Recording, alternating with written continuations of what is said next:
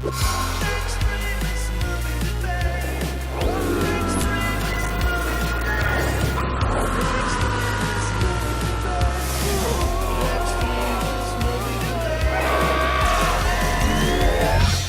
the extremist movie debate, and tonight we're talking 2017's Dunkirk. I am Joe. I'm Ethan, and one of us is going to love it, one of us is going to hate it. Let the coin decide their fate. I love it. I hate it. Hey guys, don't circle us on a beach and drop bombs on us. There's spoilers ahead. All right, this movie currently holds a 92% on Rotten Tomatoes, which makes it certified fresh. Joe, since you hate this movie, this first question is for you. Thank you. This comes from Kate Taylor of Globe and Mail. Kate says, where? Globe and Mail. Thank you. Globe and Mail. Oh, them. Yeah, you know, that great publication. Technically awe-inspiring, narratively inventive, and thematically complex, Dunkirk reinvigorates its genre with a war movie that is both harrowing and smart. So my question for you is, what has Christopher Nolan done to make this war film stand out from compared to others? You have 1 minute.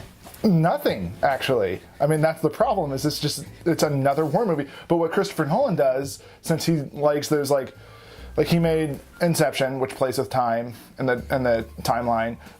Same thing with Interstellar, and he does that here. There's an interesting time frame for this movie because it's told in 3 separate parts. Each of them have a different time duration. So basically, the starting point of the movie is the very end, and then for Tom Hardy, you go back an hour. For Mark Rylance, you go back a day. For the shitty kids on the beach, One Direction, you go back a week. That's the only interesting new thing he does. Other than that, it's just another war movie, but nobody dies. Well, one main character dies in this movie, and that's a fucking problem. Especially when you have 400 men on a beach that the Germans are bombing, and 100,000 people die.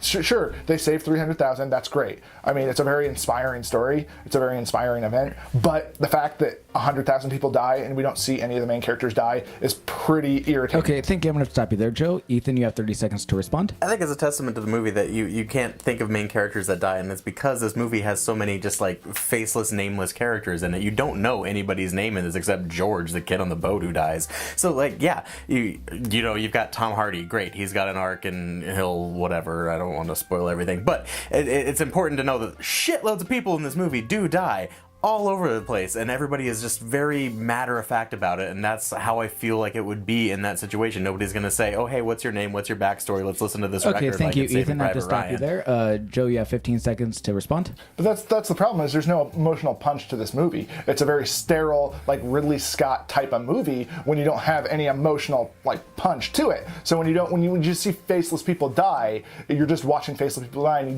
desensitize yourself to war. Okay, thanks, Joe. Ethan, you have a final 15 to respond. The whole lack of these nameless, faceless people, that is the emotional punch. It's not, I want to connect with this character, know their story, know their backstory, know what they're fighting for, and then see them fight for it. It's that you don't know these people, and everybody is still dying, and everybody is still suffering. It's entirely 400,000 people. Alrighty, Ethan, thank you. Some Germans are the bad guys.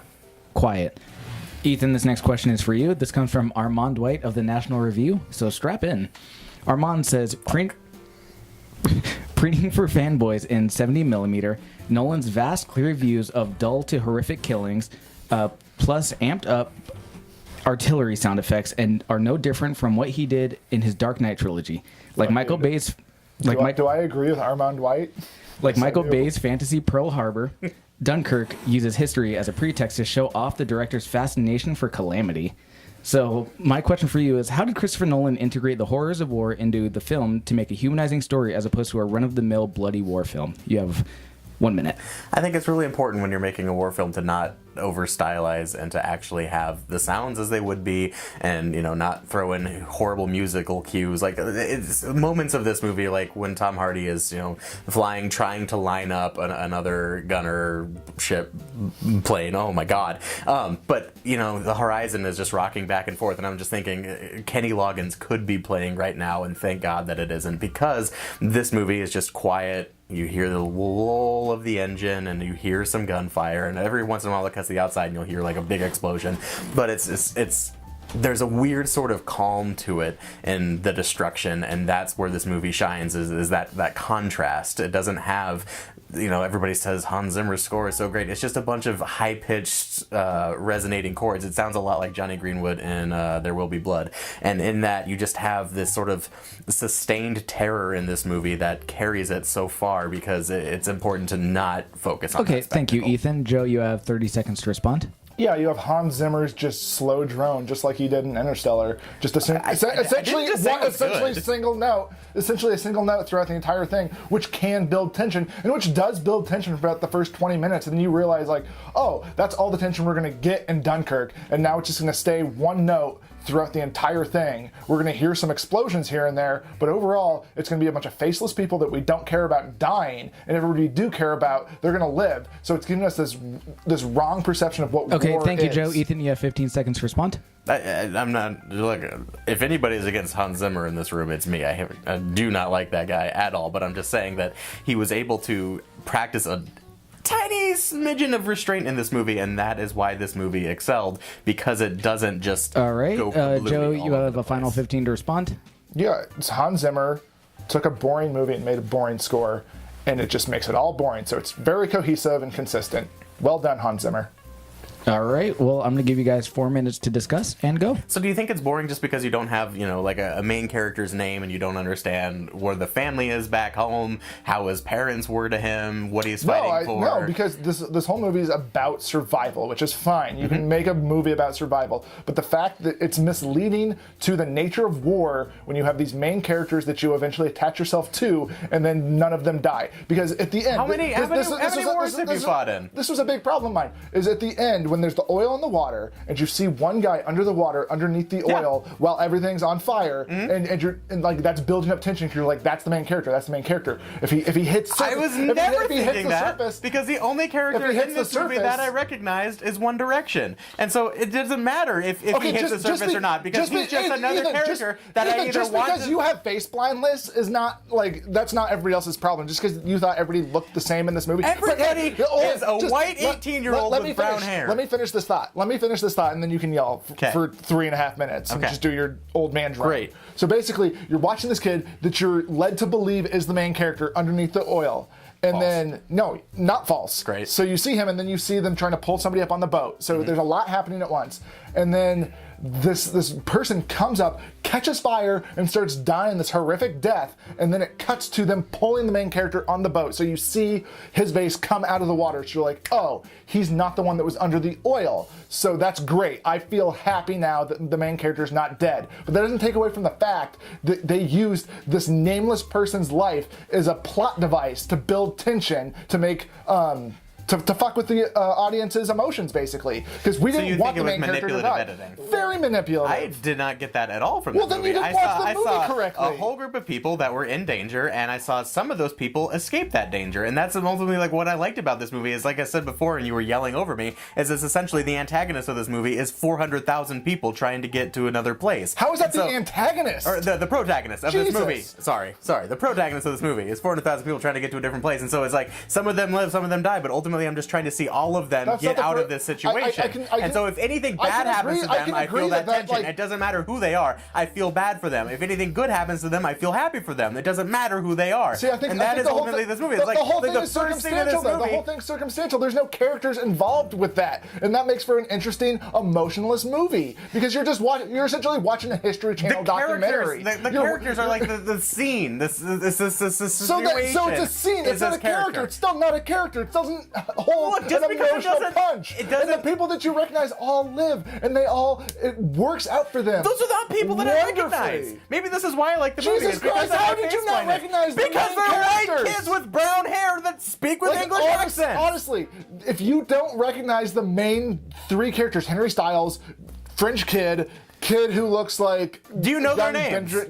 No, and I think I get it. I get that was an artistic choice on Christopher Nolan's part, but it kind of makes it shitty when you're not roving, so you actually don't know anybody, because you are following three specific people. Look, it establishes right away in this movie. He makes three main characters. You've got a movie focusing on... If he did what you're trying to argue that he did, if he actually did that, that would be much more intriguing. I think that's exactly what he did. But he did not do that. The first shots of this movie focus on like 5 people, and we're focusing focusing on these 5 people. The whole road leads right into them. This is the focus of the movie. And then all of a sudden, 4 of those people just drop like flies, and then 1 gets away. What and 4 people? These are like the 5 people that are just walking through the streets of Dunkirk. Yes. The very that's what I'm saying. The beginning where you very don't see movie anybody's establishes. face? Yo, you see them picking around at things. So they pick up a teacup, and then all of a sudden they're all getting shot at. Ethan, you remember those 5 people? And then the one who doesn't die is the main character. Survives, and then he's the main character. And he's like, oh, man. You follow him for 2 hours. One of the most human moments, like, I got through all this, all my friends are dead, but I really need to take a shit. And he tries to take a shit, and then right next to him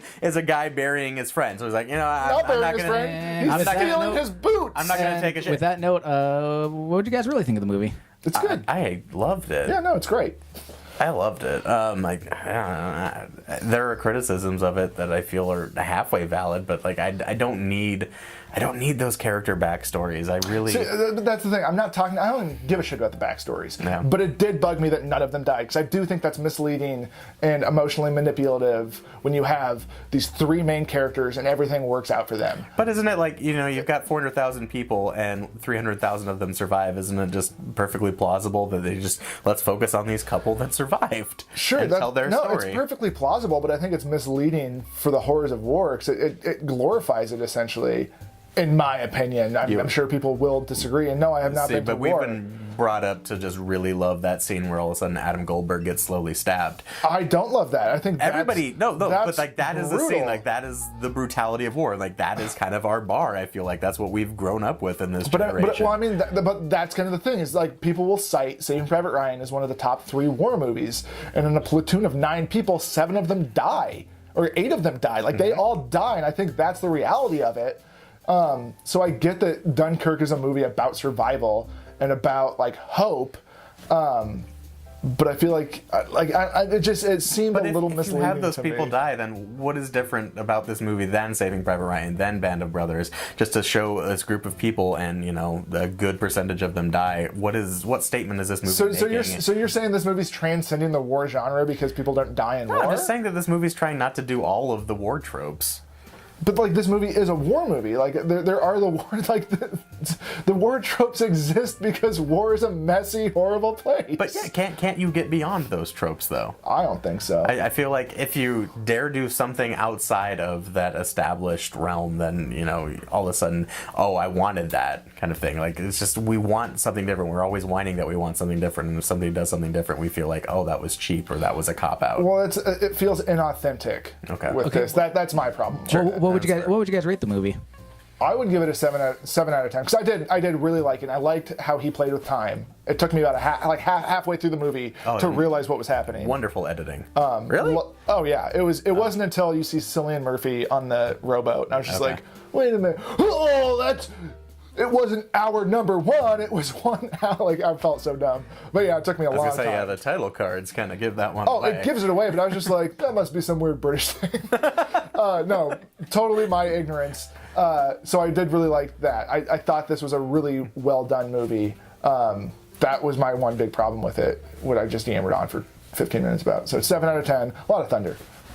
I would give it an 8 out of 10, but actually weirdly little thunder because it's a movie that deserves a lot of thunder, but it's still I'm not going to be thinking about this for very long at all. I would like to rewatch it. I'd like to rewatch it several times, but it's not like changing my opinion or perspective. Like you kind of said, better movies about war do exist. Yeah, I feel like they should just stop making war movies after Saving Private Ryan and Apocalypse Now and Full Metal Jacket. Like everything's been done. So like good on Christopher Nolan for trying. Done extremely well. Yeah. All right. Well, where can we find us? Yes. Well, here's our YouTubes and our Facebooks, and you can also like and subscribe to the video down below. If you'd like us to do a movie in the future, you can go ahead and request it in the comments section, and you can also write down a question you'd like us to debate about that movie, and we'll go ahead and do that on the episode for you. We should start doing contests of some sort. We'll start doing contests. Patreon coming soon. Ugh. All right. Thank you and good night.